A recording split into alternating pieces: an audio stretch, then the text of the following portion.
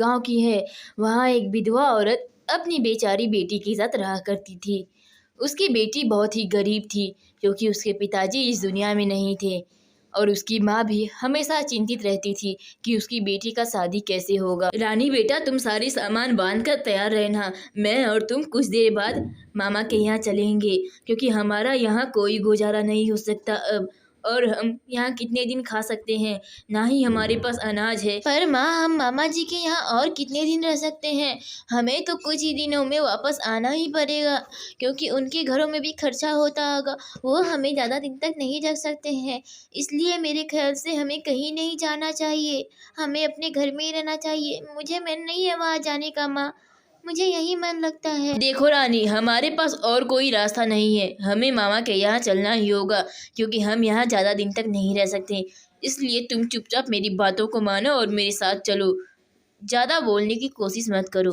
अरे मोहिनी, आई ही तो बता के आना चाहिए था। कम से कम बच्चों के लिए कुछ अच्छा जैसा खाना बनवा देता, टैक्सी भेज देता। अब ऐसे ही पैदल आने की क्या ज़रूरत थी? अरे नहीं भैया, मैं फालतू में आपको कष्ट क्यों देती? ऐसे ही मैं ज़िंदगी के बड़े से बड़े कष्ट को उठा रही हूँ। मैं और नहीं चाहती कि मेरी वजह से आप लोगों को भी कष्ट हो। अरे बहन, तुम कौन सी कष्ट की बात कर रही हो? और ये बताने में कोई किसी का कष्ट थोड़ी सहता है। तुम मुझे बता देती तो मैं टैक्सी भेज देता। मेरे पति के मरने के बाद जिंदगी मुझे कष्ट ही दे रही है। हर काम अनर्थ के जैसा हो रहा है, बहुत अकेलापन सा लग रहा है।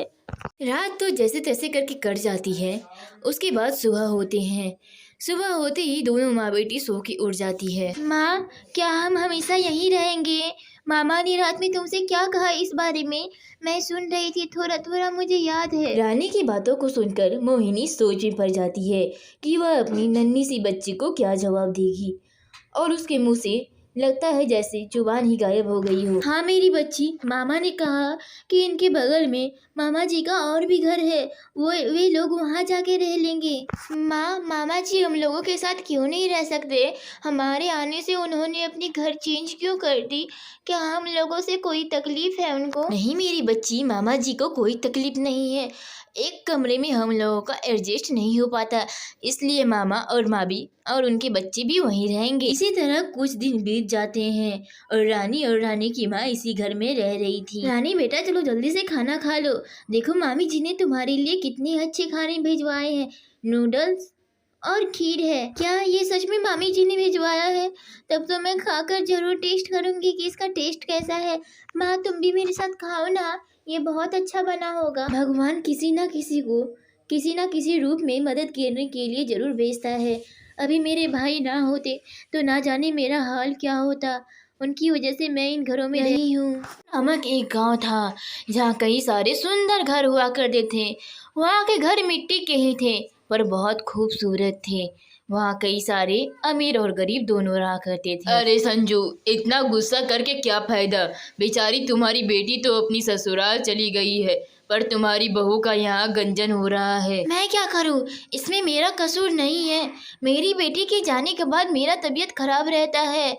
क्या किसी ने मुझसे मेरा हाल पूछा? मैं तुम्हारी हालत रोज पूछता हूँ। अगर तुम्हें ऐसा लगता है तो जाओ, ठीक है, तुमसे बहस करना अच्छा नहीं है। सरिता के ससुराल जाने के बाद सरिता की माँ अधिकतर बीमार रहती थी और इसके पिता भी काफी उदास रहते थे। दूसरी तरफ यहाँ सरिता का भी सर दर्द हो चुका था क्योंकि यहाँ के लोग उसे हमेशा काम ही बताते थे और सरिता को काम करने की आदत नहीं थी। सरिता को जरा भी दिमाग नहीं है कि अगर बर्तन जूठे हैं तो जाकर बर्तन को धो लूं, और ना ही साफ से झाड़ू लगाती है। हे भगवान, ये मुझसे कितनी बड़ी गलती हो गई। अब क्या करोगी माँ? तुम्हें रईस घर की बहू चाहिए थी, अब देखो रईस घर की बहू कैसी होती है। मुझसे बहुत बड़ी गलती हो गई जो मैंने शर्मा जी की बेटी से अपनी बेटी की शादी करा दी। मैंने सोचा लड़की सुंदर है और तो काम भी करती होगी अच्छा, पर इसे तो कुछ भी नहीं आता है। दोनों माँ बेटी मिलकर सरिता की चुगली ही कर रहे थे और हमेशा उसे परेशान करते रहते थे। सरिता घर के सारे काम करके आराम से अपने रूम में खड़ी थी और तभी वहाँ उसकी ननद आ जाती है और उसे देखकर सरिता कहती है, क्या हुआ ननद जी, आपको कुछ चाहिए था क्या जो आप यहाँ अचानक से आकर खड़ी हो गई? मम्मी जी ने कुछ कहा है क्या, या फिर आप मेरा मुंह ही देखती रहेंगी? कुछ चाहिए तो मुझे बता दीजिए। मुझे आपके मुंह देखने में कोई इंटरेस्ट नहीं है। वो तो मैं इसलिए यहाँ आई हूँ क्योंकि मम्मी ने कहा है 2 प्लेट नूडल्स बनाने के लिए। अपने लिए मत बना लेना। हाँ हाँ, नहीं बनाऊंगी, बहुत खाए हैं मैंने ऐसे नूडल्स अपने मायके में। हर रोज मैं नूडल्स ही खाती थी। जाके बना देती हूँ तुम लोगों के लिए। और 2 दिन बचे हैं। उसके बाद सरिता का भाई दिल्ली से आता ही होगा। मैं उसे अपनी बेटी के यहाँ भेजूंगी कि वो जाकर सरिता को ले आए। मैंने 2 प्लेट नूडल्स बना दिए हैं, पर दोनों प्लेट को एक ही प्लेट में रख दिया है। अभी ही मैंने सारे बर्तन धोए हैं। अरे आलसी भाभी, कभी तो काम करने के बारे में सोचा करो। हर रोज कोई ना कोई बहाना बना लेती हो, ऐसे थोड़ी चलेगा। इसी तरह कुछ महीने बीत जाते हैं और ननद और भौजाई में ऐसे ही टकरार होती रहती है। एक दिन सरिता के यहाँ एक गेस्ट आया रहता है। सरिता की सास उसे कहती है कि उसकी ननद के लिए एक लड़का देखे। अम्मा जी, मुझे लड़का देखने में कोई कठिनाई नहीं है।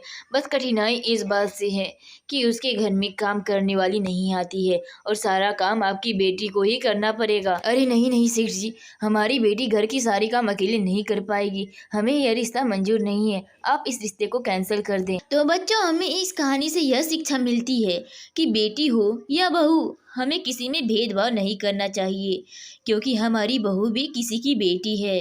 अगर हम अपनी बहू को दर्द देते हैं तो मानो किसी की बेटी को दर्द दे रहे हैं, और उसका बदला हमें हमारी बेटी से मिलता है। भी इसी तरह की थी। ठीक है माँ, अब मैं समझ गई।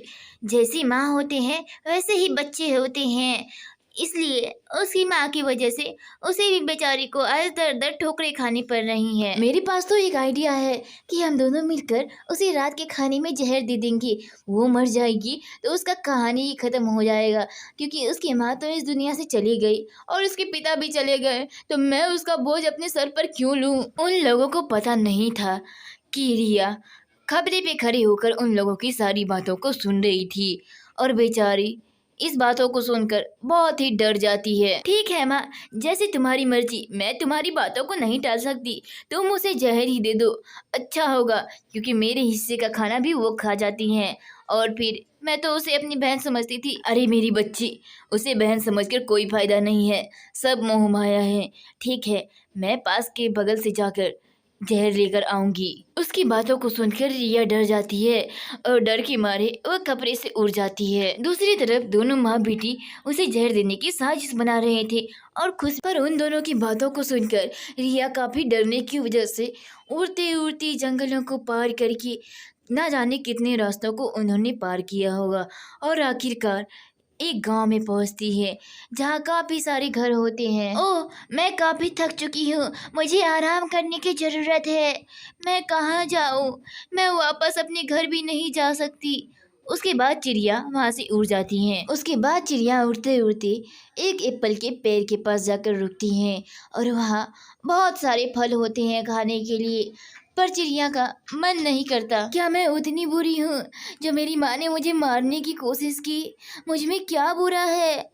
मैंने तो उन लोगों का कुछ भी नहीं बिगाड़ा। फिर भी उन दिनों रिया के साथ जो कुछ भी बीता था, उन सब चीज़ों के बारे में सोचकर परेशान हो रही थी। मैं अपने पुराने वाले घर पर जाती हूँ जहाँ पहले मेरे माता पिता रहा करते थे।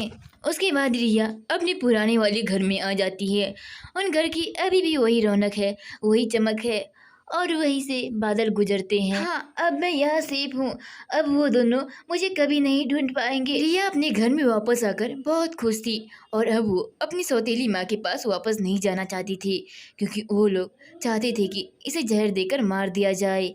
इसलिए वह डरी सहमी अपने घर में अकेली ही रह रही थी। अरे मिली क्या वो तुम्हारी सौतेली बहन? पता नहीं कहाँ चली गई, पर अच्छा ही हुआ। लेकिन मैं तो उसे दुनिया से भेजने के बारे में सोच रही थी, वो तो जंगल ही छोड़कर चली गई। छोड़ो ना माँ, अच्छा ही है, कम से कम इस घर को छोड़कर तो चली गई। अब उस बेचारी ने इतना भी बुरा नहीं किया था कि तुम उसे जहर दे दो। बेचारी डर के मारे खुद यहाँ से चली गई। रिया के घर से जाने के बाद दोनों माँ बेटी बहुत ही खुश थे। जंगल से कई तरह के पकवान लाते थे और दोनों मिलकर खा लेते थे।